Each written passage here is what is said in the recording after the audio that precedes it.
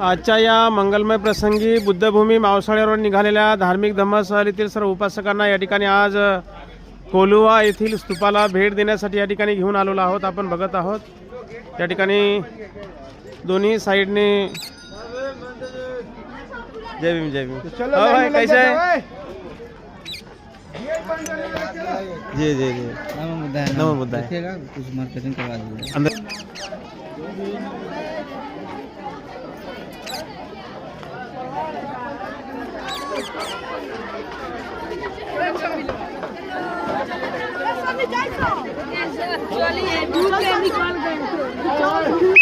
Ticket काढा तिथे ticket. आता काय गाडीत कोणी आहे काय त्याला काढू द्या. हो द्या इथे अंधार नाही. आता गोंधळ करणं काही गाडीत बसले कोणी काढले किती कोणाचे नाही आहे नाही काढून घेऊ ना. ते कसं करणार तुम्हाला एवढ्याच आहे म्हणून जेवढे बाकी ते काढून घेते. पण तुम्हाला कलेक्शन कार्ड गोळा करताना कसं करणार आहे कोण होतं आणि कोण नव्हतं.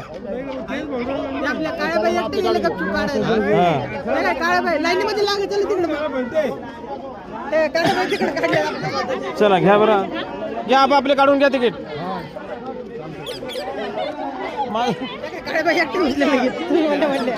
हो द्या कोणतं काय मग आता. हो मग त्याला विलाज नाही ना.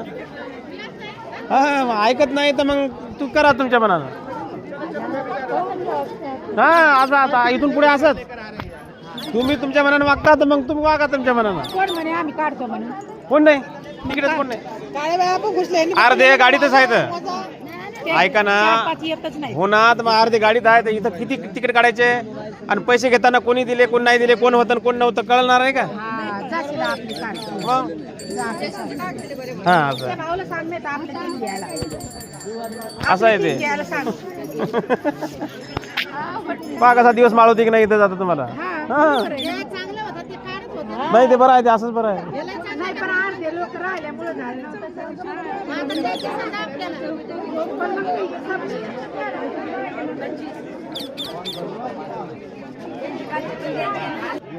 आजच्या या मंगलमय प्रसंगी बुद्धभूमी मावसाळ्यावर निघालेल्या धार्मिक धम्मसहलीतील सर्व उपासक आज या ठिकाणी कोलुवा स्तूपाला भेट देण्यासाठी या ठिकाणी उपासक पोहोचलेले आहेत. आपण बघत आहोत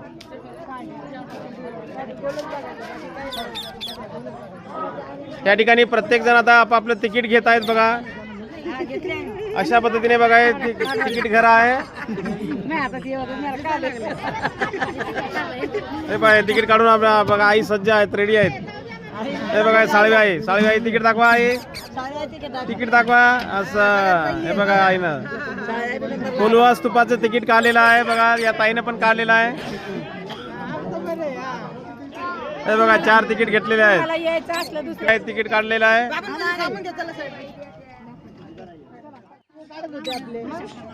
नाही परेशान काहीच नाही ना.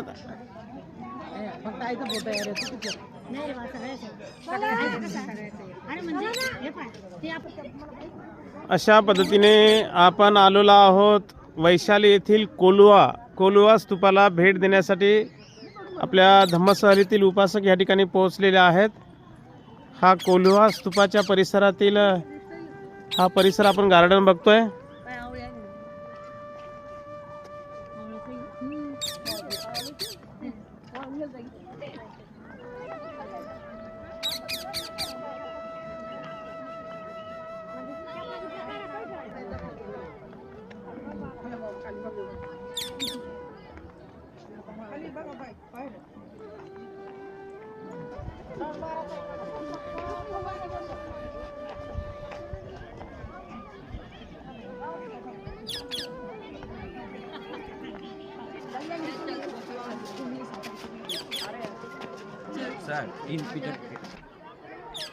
बोला अरहं सम्मा संबुद्धो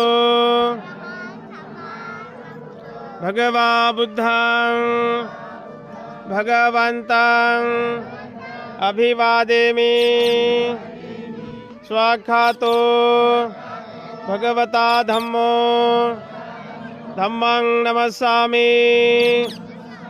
सुपटिपन्नो भगवतो सावक संघ संघं नमामि। नमो तस्स भगवतो अरहतो सम्मा संबुद्धस्स।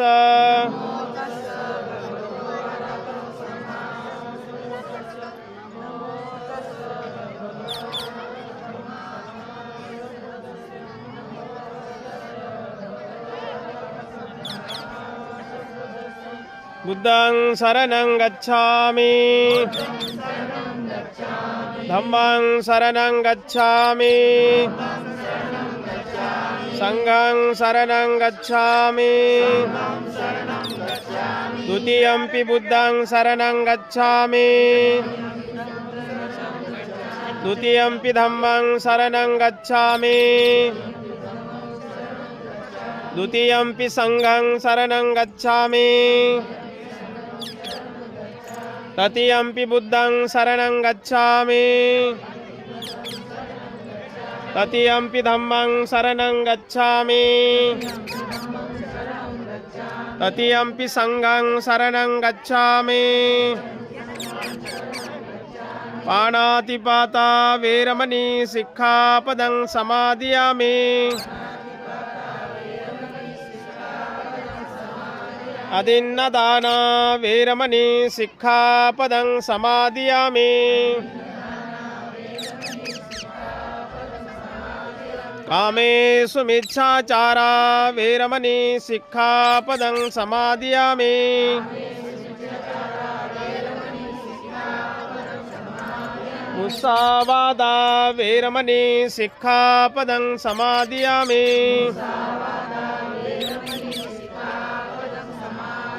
सुरामेरयमज्जपमादठाना वेरमणि सिक्खापदं समादियामि।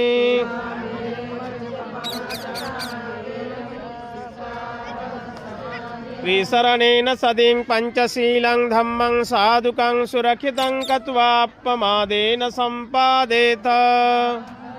साधु साधु साधु। बुद्धं नमामि, धम्मं नमामि, संघं नमामि।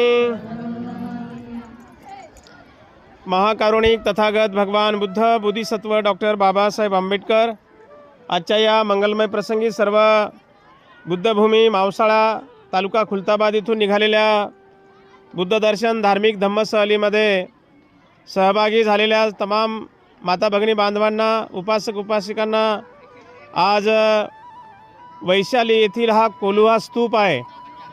आपण बघत आहात या ठिकाणाचं नाव काय आहे?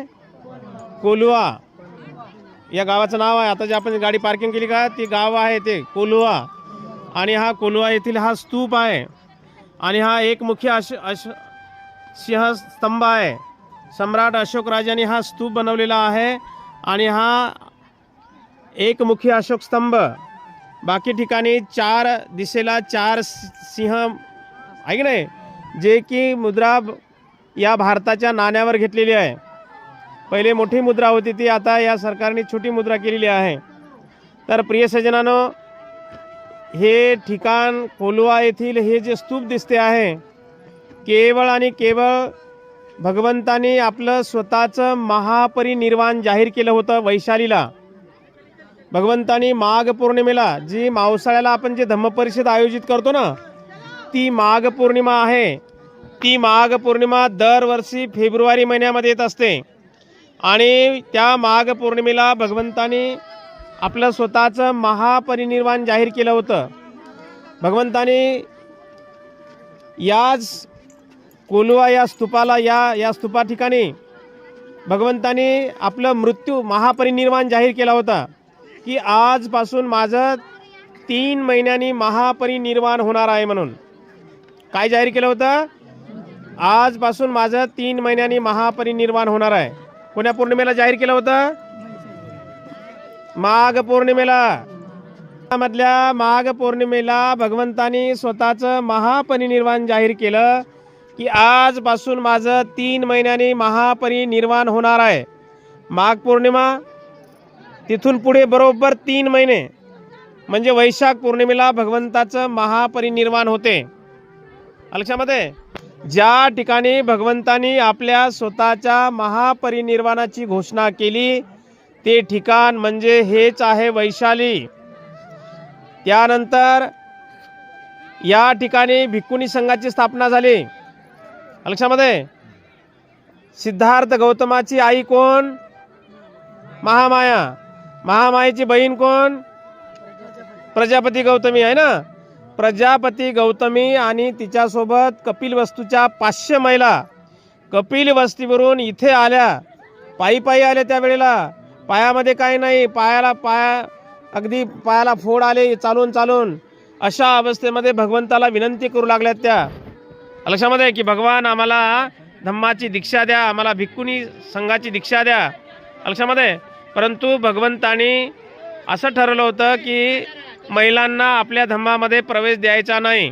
लक्षामध्ये कारण महिलांना जर धम्म दिला तर तो जास्त दिवस टिकणार नाही असं भगवंताचं मत होतं आणि भगवंतानी महिलांसाठी धम्म नाकारला होता. परंतु भगवंताला भिक्षू आनंदाने विनंती केली की भगवान महाप्रजापती गौतमी तुम्हाला लहानाचं मोठं केलं आणि त्यांच्यासोबत 500 महिला आलेल्या आहेत आणि त्या कपिलवस्तून आलेल्या आहेत, त्यांना दीक्षा दिली पाहिजे. आपण जर दीक्षा नाही दिली तर आपण पुरुषामध्ये आणि महिलांमध्ये भेद करता असा आपल्या नावाचा इतिहास जमा होईल आणि म्हणून आपण महाप्रजापती गौतमीला आणि महाप्रजापती गौतमीसोबत आलेल्या महिलांना आपण दीक्षा द्यावी असं आनंदाने जेव्हा भगवंताला विनंती केली तेव्हा मग भगवंतानी महाप्रजापती गौतमी आणि त्यांच्यासह 500 महिलांना पहिली दीक्षा दिली. ती याच ठिकाणी दिली आणि मग त्याची आठवण म्हणून, त्याचं एक स्मरण म्हणून, त्याचा इतिहास जिवंत राहावा म्हणून सम्राट अशोक राजाने हा या ठिकाणी स्तूप बांधलेला आहे. हा एकमुखी सिंह स्तंभ या ठिकाणी उभा केलेला आहे. लक्षामध्ये आणि आम्रपाली पण वैशालीचीच. आम्रपालीने भगवंताला भोजनदान दिलं, आम्रवन भिक्खू संघाला दान दिलं, भगवंतासह 500 भिक्खूंना भोजनदान दिलं आम्रपालीने. लक्षामध्ये आणि म्हणून त्याच्यासाठी ही पवित्र जागा आहे. लक्षामध्ये आणि भगवंत जेव्हा कुशीनगरच्या दिशेने निघाले, लक्षामध्ये भगवंत आता इथून घोषणा केली, वैशालीला घोषणा केली आणि कुशीनगरला महापरिनिर्वाण होणार म्हणून भगवंत कुशीनगरच्या दिशेने रवाना झाले. तर या वैशालीचे लिच्छवी लोक लक्षामध्ये भगवंताच्या मागे मागे पार लांबपर्यंत, जसं की गावाची जे काय म्हणतात त्याला सीमा असते, जे बॉर्डर आहे ना, त्याच्या पलीकडे पण भगवंताचा पाठलाग करत लोक निघू लागले. परंतु भगवंतांनी त्या लोकांना विनंती केली की आता मी महापरिनिर्वाणाला जाणार आहे, तुम्ही माझ्या पाठोपाठ येऊन फायदा नाही आहे आणि तुम्ही आता परत जा. तेव्हा लिच्छवीच्या लोकांनी भगवंताला विनंती केली की भगवान आपण महापरिनिर्वाणाला जाणार आहात आणि आम्हाला आपण आमच्या घरी वापस गावाकडे रिटर्न जाण्यासाठी आपण बोलत आहात, तर आम्हाला काहीतरी तुमची आठवण पाहिजे. लक्षामध्ये आणि म्हणून त्यावेळेला भगवंतानी आपलं स्वतःचं भिक्षापात्र वैशालीच्या लिच्छवी लोकांना भगवंतानी आपलं स्वतःचं भिक्षापात्र आठवण म्हणून भेट दिलेली आहे. लक्षामध्ये आणि म्हणून जेव्हा भगवंताच्या महापरिनिर्वाणानंतर भगवंताच्या अस्थिवरून वाद निर्माण झाला होता. लक्षामध्ये कुशीनगरचे लोक म्हणत की आमच्या इथे महापरिनिर्वाण झालं, ह्या अस्थी आम्हाला पाहिजे. वैशालीचे लोक म्हणत की भगवान आमच्याकडे राहिले, आमच्याकडे घोषणा केली, त्याच्या अस्थी आमच्याकडे पाहिजे. कपिलवस्तूचे लोक म्हणत की हे सिद्धार्थ गौतम आमच्या नगराचा राजपुत्र आहे, त्यांच्या अस्थी आम्हाला पाहिजे. असा वाद कलह होऊ लागला म्हणून लक्षामध्ये आणि म्हणून मग सामंजस्यपणानं भगवंताच्या 8 ठिकाणी भगवंताच्या अस्थी वाटण्यात गेल्या आणि त्या 8 भागापैकी एक भाग तो तिथे ठेवला होता सुरुवातीला त्या काळामध्ये आणि त्याची आठवण म्हणून सम्राट अशोकराजाने तिथे स्तूप बांधला होता. आतमध्ये विटांचं बांधकाम केलं होतं. मी काय पाहिलं नाही, नुसतं इकडे तिकडे पाहत होत्या आणि आतमध्ये विटाचं बांधकाम होतं बघा आणि त्याच्यावर तो पत्राचा शेड बांधलेला आहे आणि त्या उत्खननामध्ये भगवंताच्या अस्थी सापडल्या. त्या अनेक वर्षापासून पाटणा शहरातील लक्षामध्ये इथली राजधानी आहे, राजधानीच्या पाटणा शहरातील म्युझियममध्ये त्या अस्थी आत्तापर्यंत ठेवल्या होत्या आता 7-8 महिने झाले त्या स्तूपाचं उद्घाटन झालं, जिथे आपण तुम्ही भगवंताच्या अस्थीचं वंदन केलेलं आहे. आणि त्या मग हे सर्व स्तूप तयार झाल्यानंतर त्या म्युझियममधल्या अस्थी आता त्या स्तूपामध्ये ठेवण्यात आलेल्या आहेत आणि जगातून लोक त्या ठिकाणी भगवंताच्या अस्थींचं दर्शन करण्यासाठी येतात. या पवित्र ठिकाणी तुम्ही आलात, तुमचं कुशल कर्म आहे, पुण्यकर्म आहे. लक्षामध्ये की आज भगवंताच्या पदस्पर्शाने पुनीत झालेल्या या प्रत्येक स्थळाला तुम्ही भेट देत आहात, प्रत्येक स्थळाला तुम्ही वंदन करत आहात, प्रत्येक ठिकाणी तुम्ही ध्यान वंदना ग्रहण करत आहात. तर हे तुमचं कुशल कर्म आहे, पुण्यकर्म आहे. लक्षामध्ये. आणि म्हणून या ठिकाणचं हे महत्त्व आहे. इथून जाताना भगवंत कुशीनगरला जाताना रस्त्यामध्ये एक मुक्काम भगवंतांनी टाकलेला आहे. लक्षामध्ये. आणि भगवंत त्या रस्त्याने जात आहे, ते रात्रीचा एक मुक्काम आहे भगवंताचा. तर त्या ठिकाणी आजूबाजूच्या परिसरातले उपासक तिथं भगवंताचं प्रवचन ऐकण्यासाठी आलेले आहेत. तर ते गाव आहे केसरिया.